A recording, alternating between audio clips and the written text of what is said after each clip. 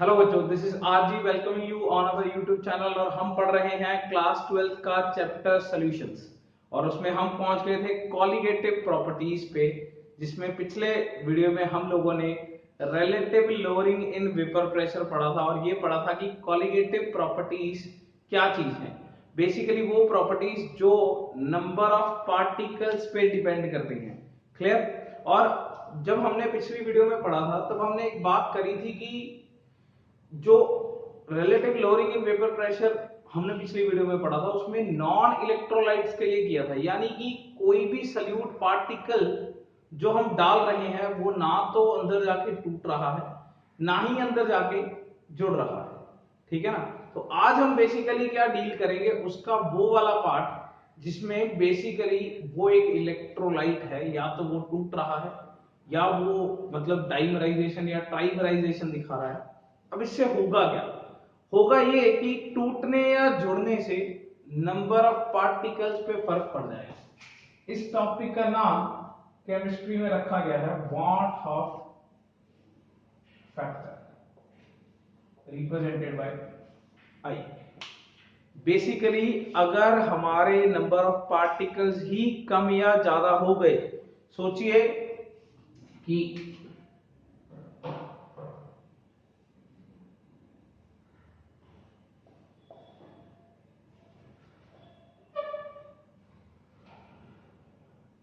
ये पार्टिकल्स थे सरफेस पे।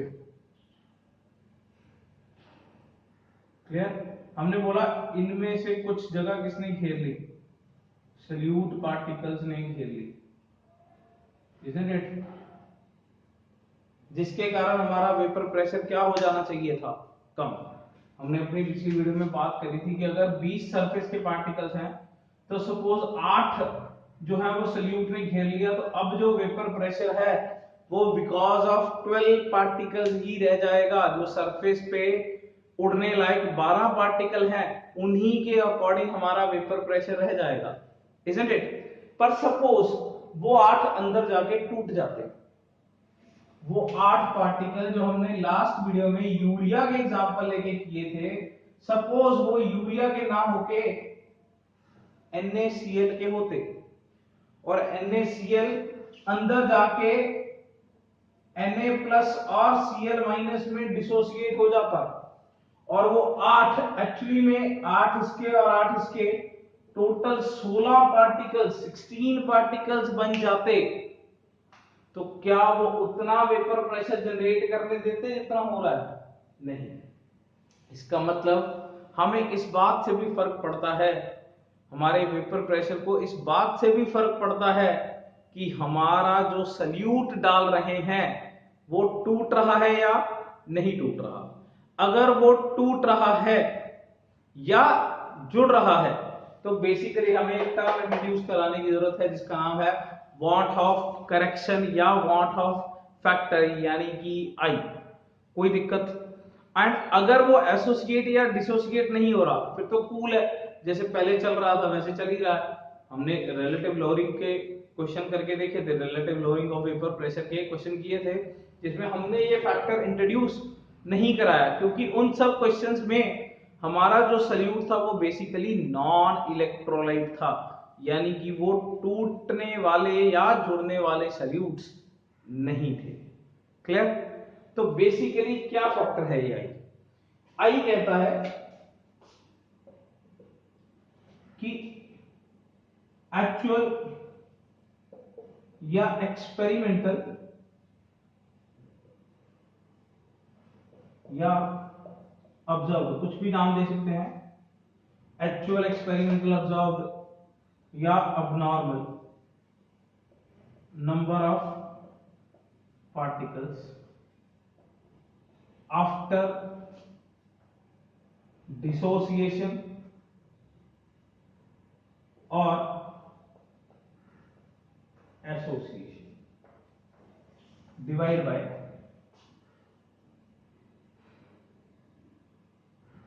theoretical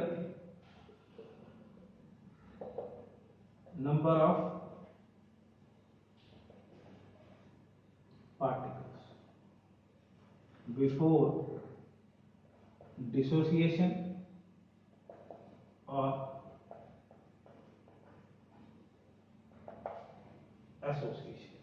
तो आई बेसिकली क्या है कि अब आपको एक्चुअल में कितने पार्टिकल्स देखने को मिल रहे हैं। एक्सपेरिमेंटली जब हमने देखा, जब इस सोल्यूशन को देखा पूरे के पूरे को, हमें इसमें सल्यूट के 8 ना मिलके कितने मिले, 16।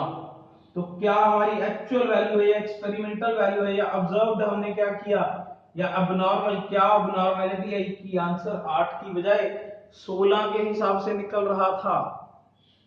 तो आई फैक्टर बेसिकली क्या है कि अब कितने नंबर ऑफ पार्टिकल्स हैं आफ्टर एसोसिएशन और डिसोसिएशन, एंड थ्योरेटिकली आपको क्या लगता है कितने होने चाहिए थे, थ्योरेटिकली कितने होने चाहिए थे, थ्योरेटिकली होने चाहिए थे 8, एक्सपेरिमेंटली कितने आए 16। अगर इस वाले केस में देखें तो एक्सपेरिमेंटली आ रहे हैं 16 पार्टिकल्स एंड थ्योरेटिकली कितने हैं 8, ये आ गया 2।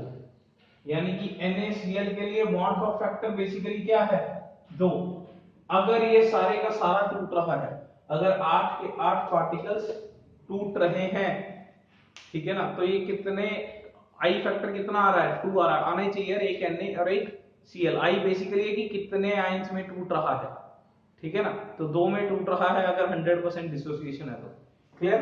तो वो हम निकालेंगे अगर कितने परसेंट डिसोसिएशन है तो क्या होगा। पर यहाँ पे बड़े सिंपल सा फैक्ट देखिए, आई क्या है कि अब कितने पार्टिकल्स हैं आफ्टर डिसोसिएशन अपॉन थ्योरेटिकली कितने पार्टिकल थे। एंड आई फैक्टर इस बात के लिए जरूरी है क्योंकि हमारा सल्यूट सॉल्यूशन में जाके या तो टूट सकता है या जुड़ सकता है, जिससे हमारे नंबर ऑफ पार्टिकल्स को फर्क पड़ जाएगा। आपने सोचा 10 पार्टिकल डाले, वो अंदर जाके 20 हो गए, या सपोज 15 हो गए। 15 कैसे होंगे कि 10 डाले थे, 5 तो टूटे पर 5 नहीं टूटे, 5 टूट के 10 हो गए और 5 जो नहीं टूटे थे वो तो है ही, तो टोटल कितने हो गए 15 हो गए। क्लियर? तो आपने जो पार्टिकल डाले वो तो 10 थे, अंदर जो वो काम कर रहे हैं वो 15 कर रहे हैं या 20 कर रहे हैं, तो डेफिनेटली आपकी वैल्यू जो है वो बदल जाएगी। वो जो वैल्यू बदल रही है उसका नाम है वांट ऑफ करेक्शन। उसके लिए हमें ये इंट्रोड्यूस करने की जरूरत है। तो ये बेसिकली क्या बन गया, एक्चुअल एक्सपेरिमेंटल ऑब्जर्व्ड या abnormal number of particles after dissociation और association upon theoretical number of particles before dissociation और एसोसिएशन। कोई दिक्कत? क्लियर? अब इसको थोड़ा सा अगर हम एक और चीज करके देखें, इसको एक और मॉडिफिकेशन किया जा सकता है आई को, दैट इज, इनमें से मैं कोई एक शब्द उठा लेता हूं, जैसे नॉर्मल उठा लेते हैं। नंबर ऑफ पार्टिकल्स अगर नंबर ऑफ मोल्स के हिसाब से लिखे जाएं तो ये क्या आना चाहिए, तो given mass of solute particles upon abnormal molar mass upon, अगर थ्योरेटिकली लिखा जाए तो given mass of solute particles upon theoretical molar mass। And अगर हम इसको सही कर लें तो ये बेसिकली आएगा थ्योरेटिकल ऊपर आ गया है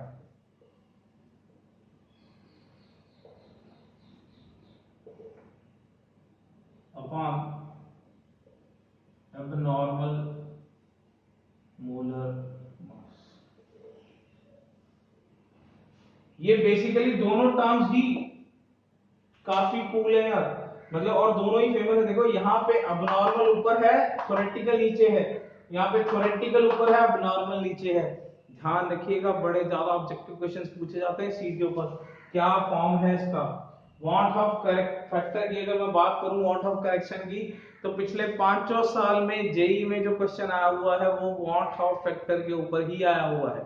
क्लियर? इसका मतलब ये ऑब्जेक्टिवली हमारे पास सबसे ज्यादा इंपॉर्टेंट टॉपिक निकल के आ जाता है। तो आई को अगर देखें तो मास की टर्म में तो थ्योरेटिकल ऊपर है, abnormal नीचे, एंड अगर नंबर ऑफ पार्टिकल्स में देखें तो एक्चुअल ऑब्जर्व्ड ऊपर है एंड थ्योरेटिकल नीचे। एंड ये हमें पता है क्यों, क्योंकि कितने पार्टिकल अब हैं, सपोज 20 हैं, अपॉन कितने डाले थे थ्योरेटिकली इस 10, तो 20/10 फाइन। और अगर आप मास में लगा के देखोगे तो भी ये उस हिसाब से सही ही आएगा। कोई दिक्कत? अब हम निकाल के देखते हैं बेसिकली अगर कितने भी परसेंट डिसोसिएशन है, क्योंकि ऐसा तो है नहीं कि हर बार 100% ही डिसोसिएट करेगा, ठीक है ना, कि भाई NaCl था 8 डाले थे तो 16 ही होंगे, क्या पता वो सारे डिसोसिएट ना करें, क्योंकि चलो स्ट्रॉन्ग तो कर जाएगा, स्ट्रॉन्ग इलेक्ट्रोलाइट कर जाएगा, NaCl is a strong electrolyte, वो 100% डिसोसिएट कर जाएगा। पर अगर कोई वीक इलेक्ट्रोलाइट हुआ, अगर कोई ऐसा इलेक्ट्रोलाइट हुआ जो 10 डाले थे पर उसमें से 2 ही डिसोसिएट किए, तो क्या होगा, ठीक है ना। तो अब हम निकालते हैं बेसिकली कि अगर हमारे पास एक वीक इलेक्ट्रोलाइट हुआ या वो 100% डिसोसिएट ना कर रहा हुआ, कोई स्ट्रॉन्ग भी है अगर वो 100% डिसोसिएट नहीं कर रहा, सपोज 90% कर रहा है या 80% कर रहा है, तो आई का क्या वैल्यू आना चाहिए, क्लियर। एंड ये टर्म इंट्रोड्यूस कराने की जरूरत इसलिए थी क्योंकि हमें कॉलिगेटिव प्रॉपर्टीज में नंबर ऑफ पार्टिकल से फर्क पड़ता है। अगर नंबर ऑफ पार्टिकल्स ही बदल गए तो कॉलिगेटिव प्रॉपर्टी की वैल्यू डेफिनेटली बदल जाएगी, clear. So let's move to the van't Hoff factor या van't Hoff correction for dissociation. For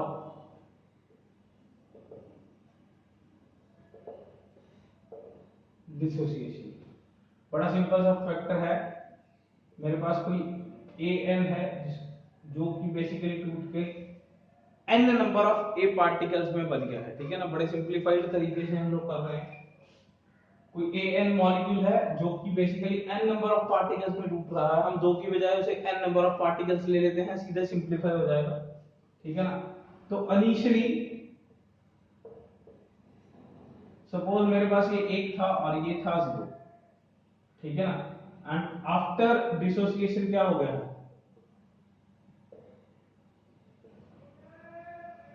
1 में से अल्फा रिएक्ट कर गया है, ठीक है ना। बेसिकली अल्फा क्या है, डिग्री ऑफ डिसोसिएशन, अल्फा क्या है, degree of dissociation. If anybody is not clear with degree of dissociation तो यार याद करिए क्लास 11 चैप्टर नंबर 7 इक्विलिब्रियम, उसमें हम डिसोसिएशन की बात करते हैं, कितना टूटा, डिसोसिएशन इज कितना टूटा, एक में से कितना टूटा वो अल्फा है, परसेंटेज डिसोसिएशन मतलब 100 में से कितना टूटा।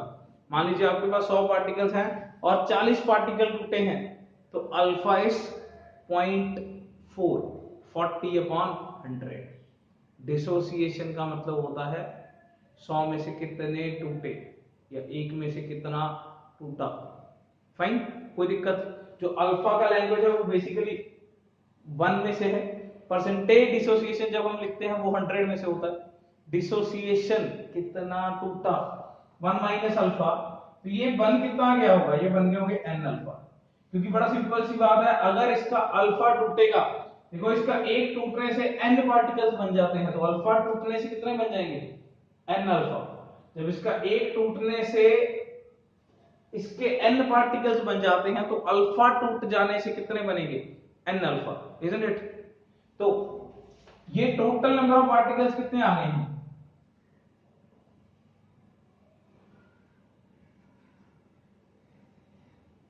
आफ्टर डिसोसिएशन,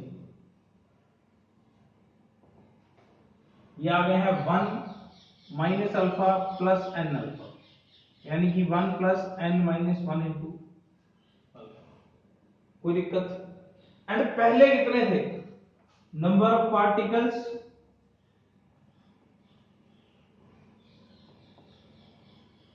बिफोर डिसोसिएशन कितने थे, initially number of particles was just 1, क्योंकि इधर तो थे ही, तो हमारे पास आई बेसिकली क्या आ गया, after dissociation number of particles 1 plus n minus 1 into alpha upon 1, यानी कि i is equal to 1 plus n minus 1 into alpha. ये हमारे पास निकल के आ गया फॉर्मूला। अगर हमारे पास डिसोसिएशन है, अल्फा क्या है, डिग्री ऑफ डिसोसिएशन कितना टूटा, एंड n क्या है, n है बेसिकली कितने पार्टिकल्स में टूट रहा है, ठीक है ना, n बेसिकली क्या है, number of particles in which it is dissociating, कितने पार्टिकल्स में टूट रहा है वो बेसिकली क्या है, n। कोई दिक्कत? आप कितने भी यार ये देखो, एक और तरीके से भी निकाला जा सकता था, अगर मैं तेज निकालूं तो ये an है n a में। इनिशियली सपोज ये c था तो ये 0 था, एंड आफ्टर डिसोसिएशन जब इक्विलिब्रियम आया तो क्या हुआ होगा, C में से C अल्फा गया होगा। जब एक में से अल्फा जाता है, दो में से दो अल्फा जाते हैं, तीन में से तीन अल्फा जाते हैं, चार में से चार अल्फा जाते हैं, तो C में से C अल्फा, और ये बन गया होगा NC अल्फा। क्लियर? तो I बेसिकली क्या होगा, अब के पार्टिकल्स की गिनती यानी कि C minus C alpha plus NC alpha upon शुरू के पार्टिकल्स की गिनती यानी कि C। तब भी ये 1 plus n minus 1 into alpha ही आएगा। फॉर्मूला सेम ही रहने वाला है, कोई दिक्कत नहीं है। लेट चाहे आप 1 लेके कर लो, लेट चाहे आप C लेके कर लो, this is the formula for the dissociation. Clear? कोई दिक्कत?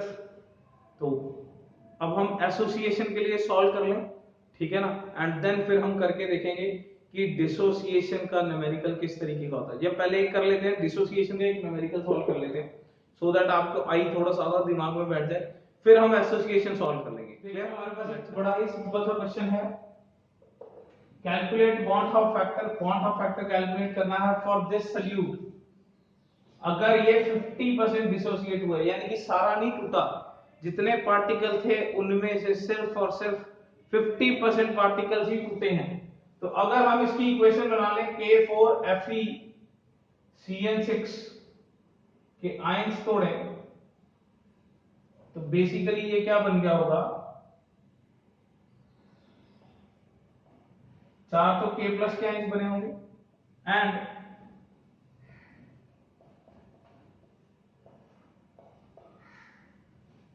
एक ये बन गया होगा, इजंट इट? इनके बीच में इक्विलिब्रियम एस्टैब्लिश हो चुका होगा आयंस के बीच में। क्लियर? क्योंकि 100% नहीं टूटा है, अगर 100% टूटा होता तो मैं डायरेक्टली एरो ले लेता। This is 4K plus FeCl6 4-। हमें तो इस बात से मतलब है कितने पार्टिकल्स में टूटा, 4 ये, और यहाँ कितने हुए, यहाँ 1 हुआ, ठीक है ना, तो टोटल कितने पार्टिकल्स हुए, टोटल हुए 5, यानी कि n कितना आ गया, 5। तो I is equal to 1 plus n minus 1 into alpha, 1 plus n, कितने पार्टिकल में टूटा, देखो 4 के हैं और एक ये कॉम्प्लेक्स आयन है 5 माइनस 1 अल्फा, अल्फा इज 50%, 50% मतलब 50 अपॉन 100 इज इक्वल टू 0.5। ये बेसिकली हमारे पास आ गया है अल्फा, परसेंटेज की फॉर्म में दिया हुआ है, पर हम जो अल्फा है वो 1 की फॉर्म में पुट करते हैं। एक में से कितना, 100 में से 50 है तो एक में से 0.5, तो ये ultimately 1 plus 4 into 0.5, ultimately 1 plus 2 that is 3। पता है क्या हुआ कि ये जो कॉम्प्लेक्स जो आपने सॉल्यूट में डाला था, सपोज इसके 10 पार्टिकल डाले होंगे, सपोज इसके 10 पार्टिकल डाले होंगे, आपको जो ऑब्जर्वेशन थ्योरेटिकली लगेगी वो लगेगी कि 10 के हिसाब से आनी चाहिए। 10 डाला तो प्रेशर उस हिसाब से कम होना चाहिए, लोअरिंग ऑफ वेपर प्रेशर उस हिसाब से आनी चाहिए, रिलेटिव लोअरिंग जो है वो उस हिसाब से आनी चाहिए, कोलिगेटिव प्रॉपर्टी की वैल्यू उस हिसाब से निकलनी चाहिए। पर एक्चुअली में क्या होगा, 10 के हिसाब से नहीं, किस हिसाब से निकलेगा, 30 के हिसाब से आंसर आएगा। क्यों? क्योंकि एक पार्टिकल टूट के अंदर 3 बन रहे हैं, 5 बन सकते थे पर पूरा नहीं टूटा ना, 5 बन सकते थे, और ऐसे भी नहीं लगाना कि 5 बन सकते थे 50% टूटा तो 2.5 ले ले, ऐसा नहीं होता, ठीक है ना। तो इस हिसाब से सॉल्व करना होता है, 3 लेके कैसे, देखो प्रूव भी कर देते हैं। ये 10 30 बने होंगे या फिर 5 के हिसाब से 25 बनने चाहिए थे, प्रूव कर लेते हैं बिल्कुल। लो जी, 10 पार्टिकल थे, कितने परसेंट टूटा है, 50%, यानी कि 5 तो हुए डिसोसिएट एंड 5 डिसोसिएट नहीं हुए, ये 5 डिसोसिएट हुए। जो ये 5 डिसोसिएट हुए होंगे, एक पार्टिकल कितने में टूट रहा है, 4 और 1 5 में टूट रहा है, यानी कि ये तो बन गए होंगे 25, पर ये 5 तो टूटे ही नहीं, तो ये तो 5 ऐसे ही बचे हुए। तो ये भी तरीका है, कैसे आ गया, कोई दिक्कत, जितने मर्जी तरीकों से निकाल लो, कोई दिक्कत वाली बात नहीं है। वो 10 को ले लिया मैंने आधे आधे 50% के हिसाब से, 5 टूटे होंगे तो एक 5 में टूटता है तो 5 5 25 हो गया ये। एंड ये जो 5 नहीं टूट रहे ये तो ऐसे ही पड़े हैं, तो टोटल कितने आ गए 30। नहीं तो फिर एक सिंपल सा तरीका है, इस हिसाब से निकाला जा सकता है। 3 आ गए, आई फैक्टर 3 है, कितने पार्टिकल थे 10 तो 30 आ गए, कोई दिक्कत। This is want of factor calculation for the dissociation. Let's have it for association. So for association,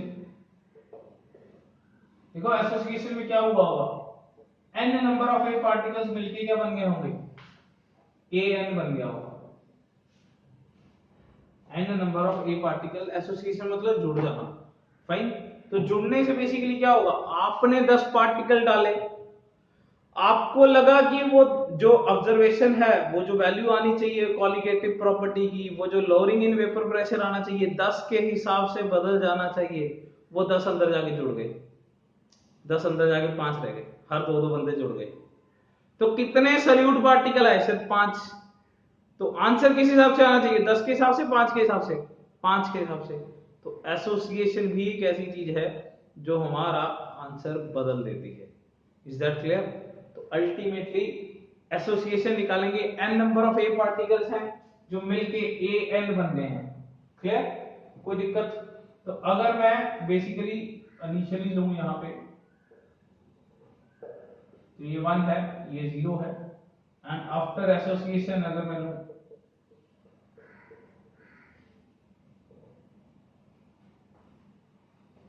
तो एक में से सपोज बीटा एसोसिएट कर गया, टू डिफरेंशिएट आप अल्फा भी लिख सकते हैं, कोई दिक्कत नहीं है, थोड़ा डिफरेंशिएट हो जाएगा। तो मैंने मान लिया 1 में से बीटा जो है वो एसोसिएट कर गया है, तो ये बेसिकली क्या बन जाएगा, बीटा अपॉन एन, क्योंकि n लोग मिलके एक बनाते हैं, यहाँ पे एक है ना, n लोग मिलके एक बनाते हैं, देखो n मिलके एक बनाते हैं, तो एक बनाएंगे 1 अपॉन n, तो बीटा बनाएंगे बीटा अपॉन n। मैथ है सिंपल, 1 रुपए की 2 टॉफियां 5 की कितनी, वैसा वाला, ठीक है ना। n अपॉन n बनाते हैं एक, एक बनाएगा 1 अपॉन n, बीटा बनाएंगे बीटा अपॉन n, तो ये आ गया है। तो बड़ा सिंपल सा फैक्टर है i, number of particles after dissociation या एसोसिएशन, नंबर ऑफ पार्टिकल्स यहां आएगा after association upon number of particles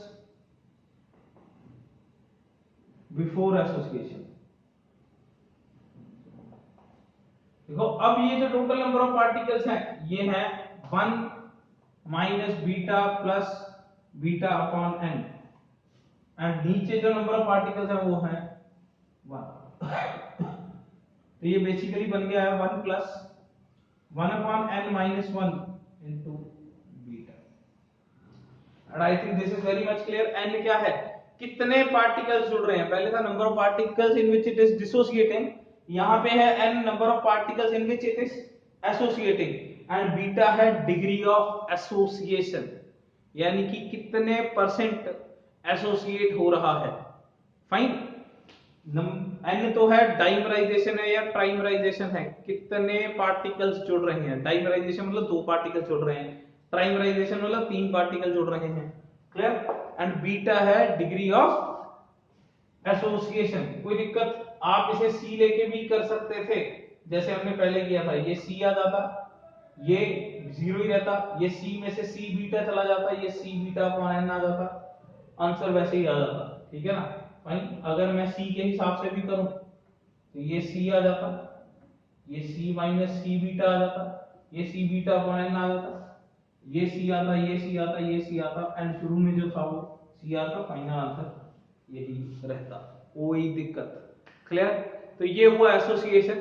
basically association या डिसोसिएशन से हुआ क्या कि हमारे नंबर ऑफ पार्टिकल्स की जो गिनती है वो बदल गई है, एंड गिनती ही कॉलिगेटिव के अंदर सब कुछ है। क्लियर? तो अब मैं इसको बेसिकली क्वेश्चंस के अंदर अप्लाई करके दिखाता हूं कि कैसे रिलेटिव लोअरिंग के जो क्वेश्चन थे उनमें इससे वैल्यू बदल जाएगी।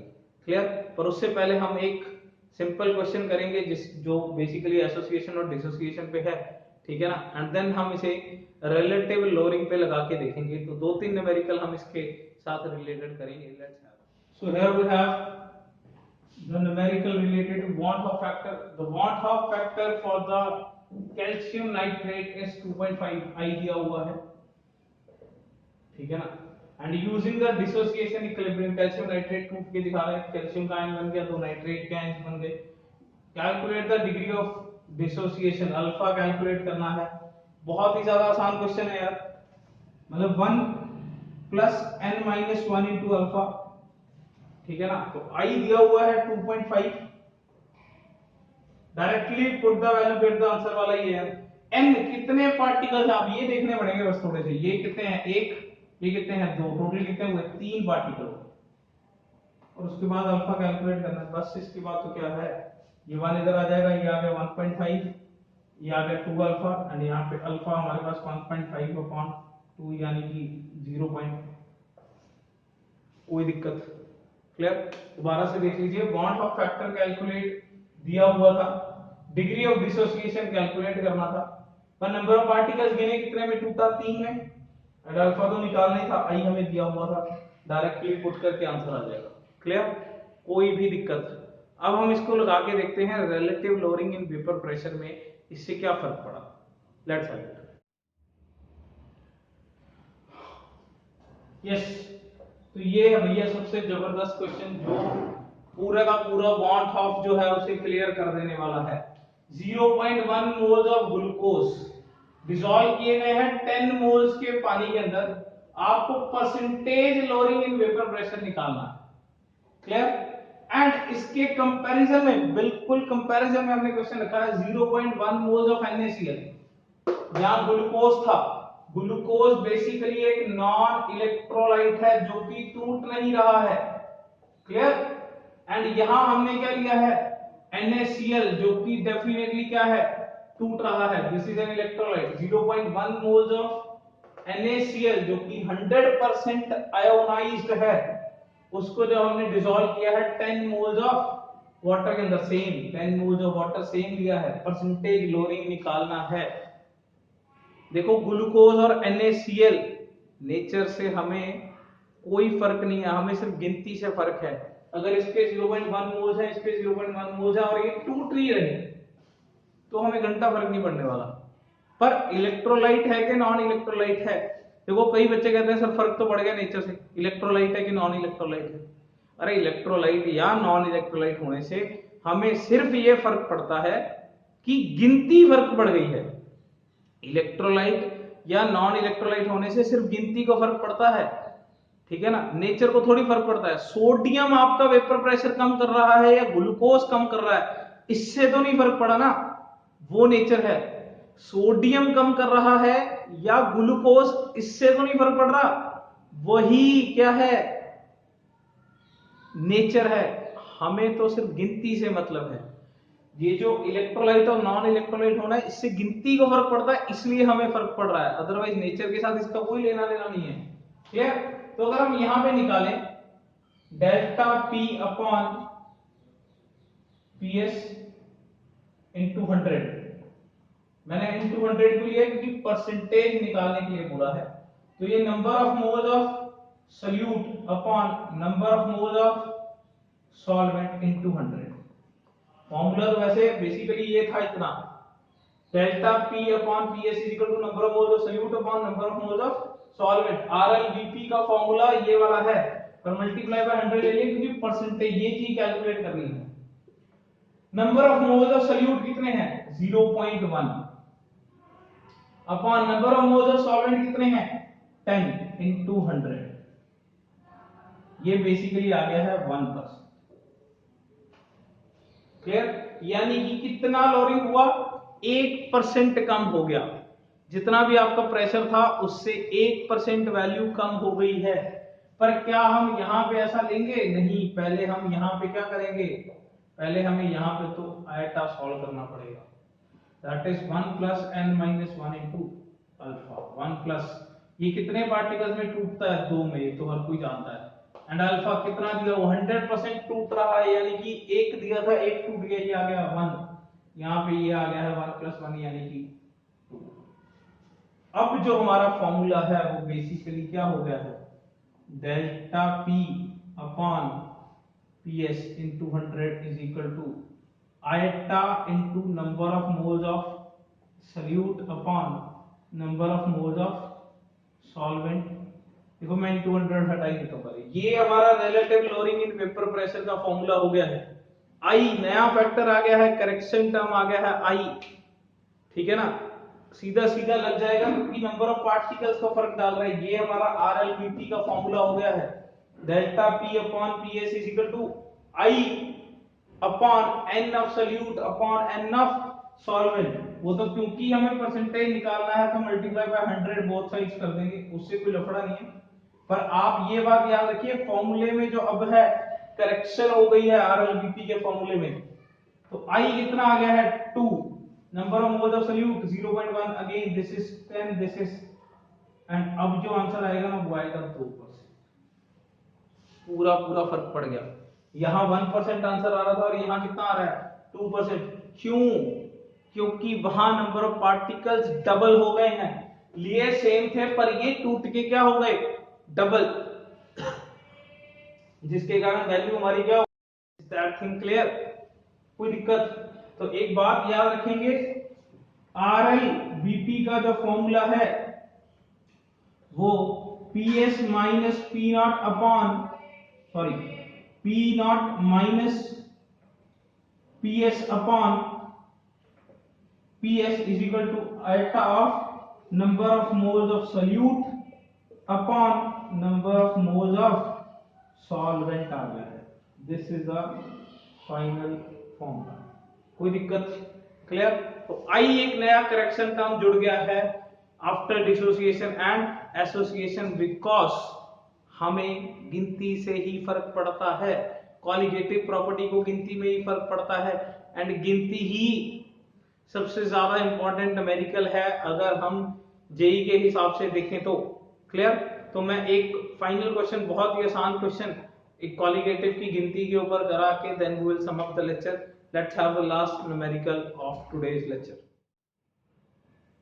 So next we have is the ratio of the value of any colligative property। यार any colligative property क्यों लिखा है? क्योंकि देखो 4 प्रॉपर्टीज हैं, हालांकि हमने अभी तक एक की है RLBP, पर किसी में भी ये आइटा फैक्टर फर्क डालेगा ही डालेगा, क्योंकि all are colligative and colligative में गिनती से फर्क पड़ता है एंड सबको ही आई यानी कि वांट ऑफ फैक्टर से फर्क पड़ेगा।